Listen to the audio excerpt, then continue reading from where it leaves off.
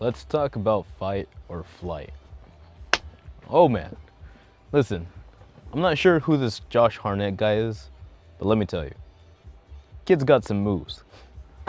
Fight or flight is a very interesting take on I want to call it like a new age kung fu film, right? And I know that's going to be a little bit provocative because it's more of a mixed martial arts, but hey, there is a full scene where they get even more crazier with it. And I kind of respect it. Get into it. But yeah, essentially this guy has been on the burn notice, which is a CIA list where essentially the agents no longer get any support from anybody in the US agency. So this guy stuck out there, betrayed by somebody who just happens to call him back for one more job. And we all know where that goes. Terribly, terribly indeed. But, buddy, let me tell you, it's not about the destination. It's about the friends we kick along the way. Because yes, this thing just starts very, very chill, very chill. And it really just skyrockets, honestly, after the second drink, which is saying something. But but yeah, man, I I've mentioned before that I believe I grew up on kung fu and martial arts movies. Bruce Lee's Enter the Dragon and stuff like that. But more so, Jackie Chan.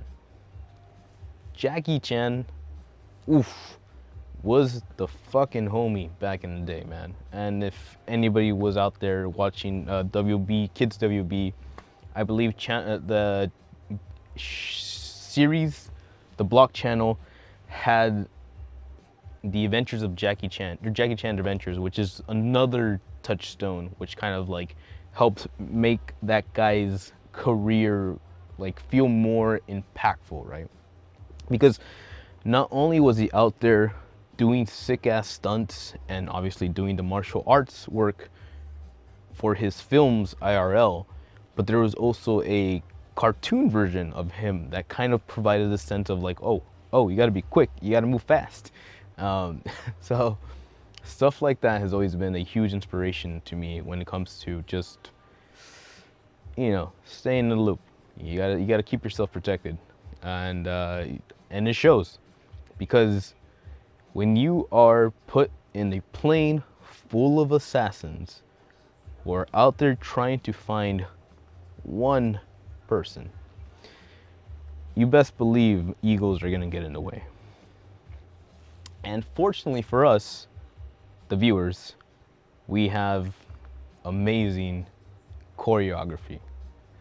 So really respecting the OG inspirations.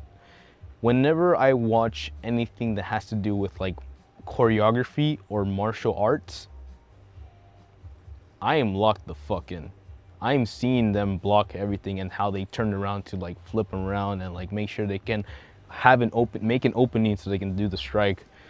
But seeing it happen and letting it kind of just go is kind of fun, man. And for the most part, all the choreography stunts and like the work that went into it was, I believe, accurate, and you can follow through with the move sets, and it shows that there was a lot of love when it came to making these moments feel intense and crazy and fun, right?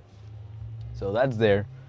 That's definitely one of the things that made me interested to begin with. But what really got me was the storyline, because believe it or not, no spoilers, but when this guy's job, he's drinking right now, when this guy's job is to secure the package, meaning that he has to be the sole guard between him and a plane full of assassins that want to kill this one person or thing or idea. Oh man, you get a little bit of everything. You get a little bit of walks from all around all the world. And again, if we're talking about making international films. Come on, man. Be cool. Don't charge them up the butt for this. But yeah, I guess I can probably assume that one of the heaviest inspirations of this has to be Brad Pitt in Bullet Train. Remember? A couple years ago, maybe 2 years ago, Brad Pitt did Bullet Train, which was based on the novel, which was really, really cool. It was, yeah, it was Brad Pitt.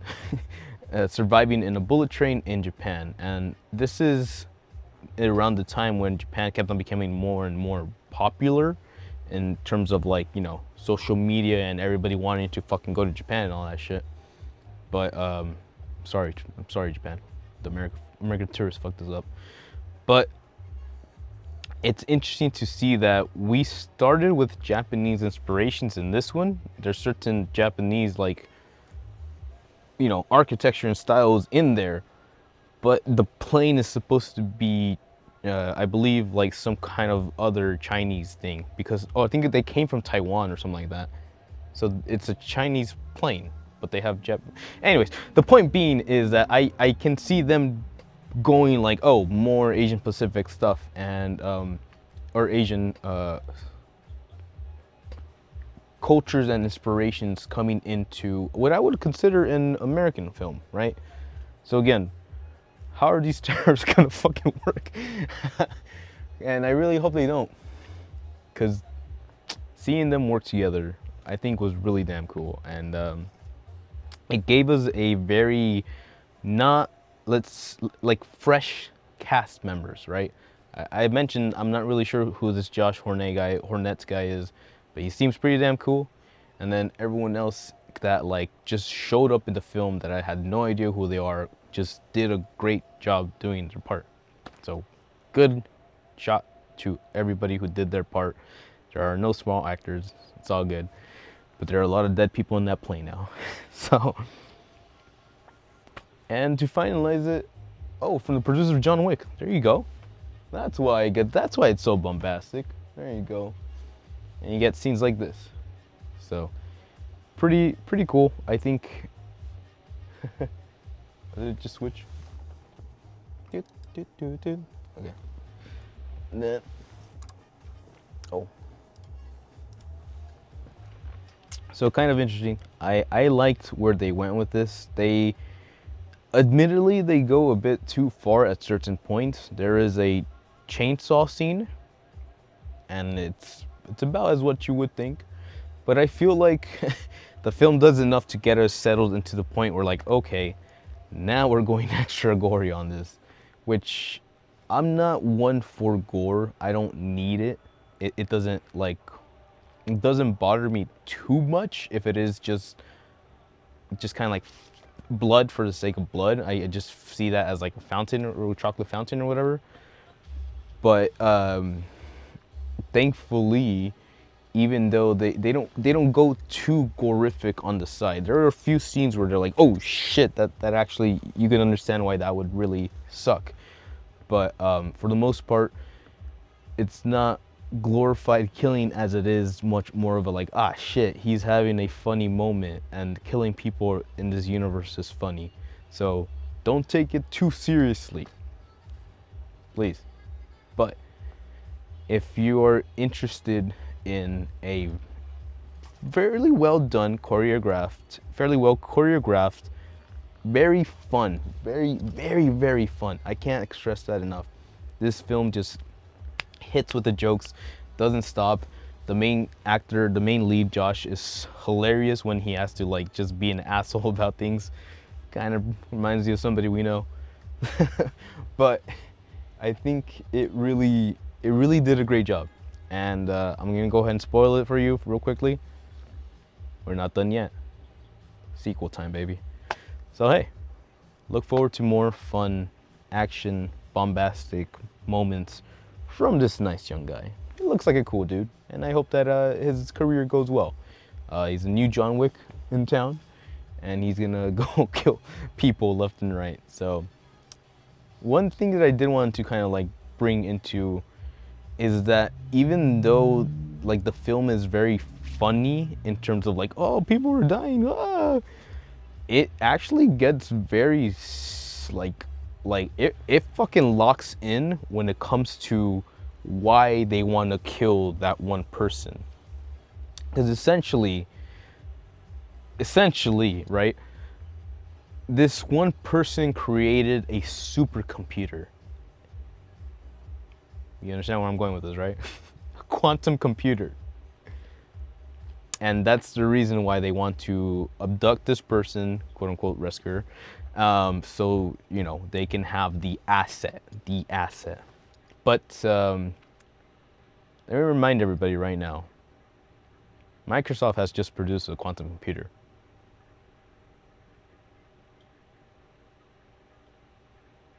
That's it. Look alive.